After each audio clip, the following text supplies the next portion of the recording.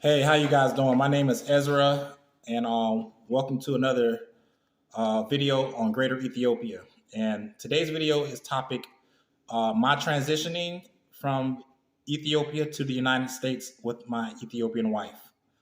And what I want to talk to you guys about on this video is how life was after my wife and I arrived in the United States.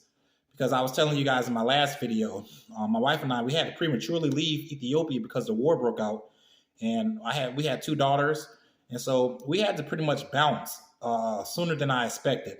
And so what happened was we left Ethiopia and came to the United States prematurely, like I said. So I wasn't ready to come to the United States. So I didn't have any ducks in order whatsoever. I didn't look for a job. All the stuff that the soft landing that I was preparing for the first time to come to the United States with my wife, it did not happen. It was like actually a very tough, hard, kicking the ass, and like time to come to landing because I was naive and I was not prepared enough. But I'm going to describe to you guys what I meant by that. Basically, what happened was before we left Ethiopia to come to the United States, my wife and I, with our two kids, I was trying to instill in my wife how difficult life would be here in the United States. I was trying to tell her before we came that it is not going to be easy. It's going to be very difficult because there's a lot of things to take in consideration. Life in the United States is almost 10 times as fast as life in Ethiopia. There's always some paperwork that you got to be filling out. There's always some appointments or schedules that you got to keep. There's always some bills that you got to pay. There's always some doctor appointment that you got to take, and there's always the job that you got to be on. There's working from day to night.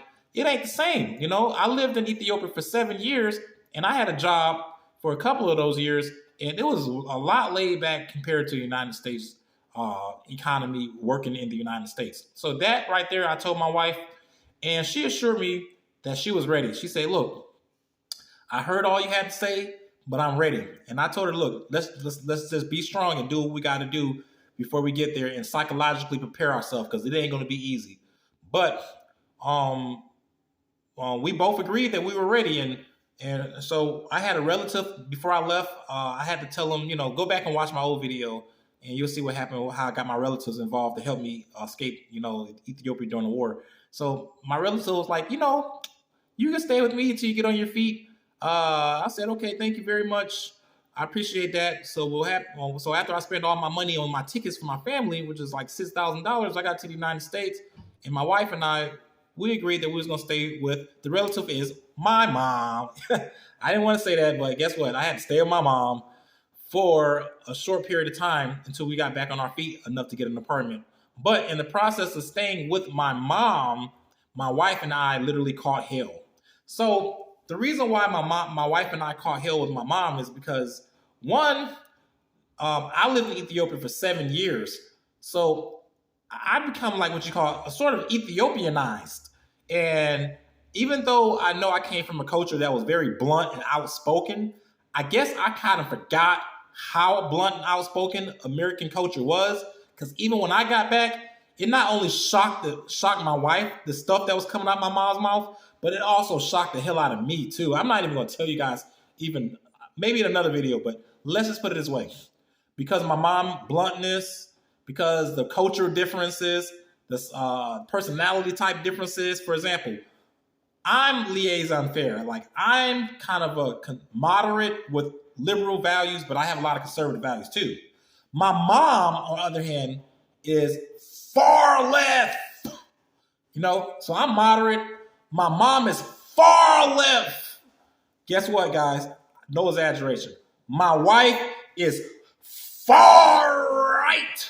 So, bro, bang, all the time they were at it. My wife and my mom were, oh Lord, it didn't take long. They didn't take long either. I would say on the second day, my mom started flipping out on my wife and I. Like, we got there and we were only in my mom's house for like 1 or 2 days. And 6 a.m. in the morning, my mom's beating on the walls. Get up, get up. Y'all got to get some resumes ready. Y'all need to find a job. Y'all need to hurry up and get up. And so I'm like, damn, man, what's going on? Like, I'm looking at my wife looking at me. Literally the second day I arrived in her house, and I knew my mom was kind of like a little bit, let's put it this way, a little bit on the cuckoo side, as my opinion. She's my mom. I love her to death, but my mom has a type of extreme personality. You know what I mean? And before I left the United States to go to Ethiopia, my mom, and I, we had our differences. We didn't get along that well then. But over the course of living in Ethiopia, since I guess I was away for so long, I thought we were mending our relationship. But when I got back home, I realized that my mom was still the same person. So my mom was really harsh on my wife, guys. It was like a tragic story of Cinderella and Cinderella's mom. You know what I'm saying? Her stepmom now, who was like always making her do chores and stuff and screaming and yelling at her, and also at me. And so it became very apparent to my wife and I that we have to get the hell up out of this house immediately. So my two daughters, my wife and I, we were living in a couple of rooms, upstairs in the house of my mom's house until we could get on our feet. So what happened was a little bit less than a month of living in the United States after returning, my wife got a very good job. She got her Social Security card. She got a very good job. By that time, I got a job too. So we finally was able to get a job, and which was good because the first thing we wanted to do was get the hell up out of my mom's house, So we were working really hard day by day. And then after 3 months, we were able to get enough money to find our own apartment. Now, my wife, one of the biggest things, the shocks that she got when she first got to the United States, that besides having a harsh relationship with my mom, was the overall American culture and experience was really harsh on my wife. It really tore her down, to be honest with you. I had to pick her up as much as possible. For example, the people that she worked with every day, she will always come home complaining about how mean the women are. You're like, my wife would say, oh, the women in this country are so mean. I was like, hey, sweetheart, look, American culture is very different. It's very competitive at the workspace.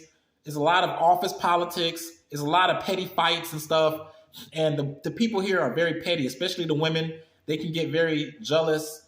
And so don't get involved in none of that stuff. And another thing is sometimes people are not being mean. They just might be being blunt, which means like they just speak what's on their mind. American cultures, people they just say what's ever on the top of their head, even if it might be rude. So my wife had a shocking experiences with people saying what she would consider mean and rude things to her at public settings like the grocery store, her job, because American culture is so blunt, One time I was on a bus and I think I was working and I had to take the bus one day and I sat next to an older lady, an older black lady, and we was just on a bus, right? And I guess I was sweaty and I sat next to her and she said out loud on the bus, "Damn, somebody stank." And she looked directly at me. So I said, you know what? Let me go home, take a shower, put some deodorant on, and I'm never going to damn work out in the field again and try to take the bus home. Okay? So I learned the hard way too, because I lived in Ethiopia for so long that I wasn't used to how blunt people were. When I came back to the United States and I saw how blunt everybody was, I had to readjust myself to it too. And because my wife, she's to this day, she's so reserved and conservative. Whatever she feels, you will never know because she'll keep it on the top of her head. And that's the complete opposite of people like my mom, you know what I'm saying? Or your typical American. Now, another thing that was really hard on us was the appointments. It's always some appointments, some bureaucracy, some paperwork, some doctor appointments to attend and something like that. And my wife, she had a hard time understanding how to keep up with all that paperwork because the typical American guy would usually hand over a lot of paperwork like paying bills, getting groceries to his wife, right? But I couldn't do that because my wife didn't know how to pay bills. My wife didn't even know how to use a debit card. Believe it or not, I didn't even know how to use a debit card because before I left the United States to come to Ethiopia, I had the old regular ATM cards. You swipe it. But when I came back, it's the kind that you tap. So even me, I didn't know how to use the debit card, but she really had a hard time learning that stuff. And she didn't know how to drive. Me and her fought often about how long it took her to learn how to drive. My dad was like, son, be patient with her. But my wife, I'm going to tell you right now, it literally took her a solid no less than 2 years just to be able to drive from here to the store. I literally had to go inch by inch by inch by inch to get her to learn how to drive, guys. And the only thing that saved us is she took a couple of courses, and also I became more patient.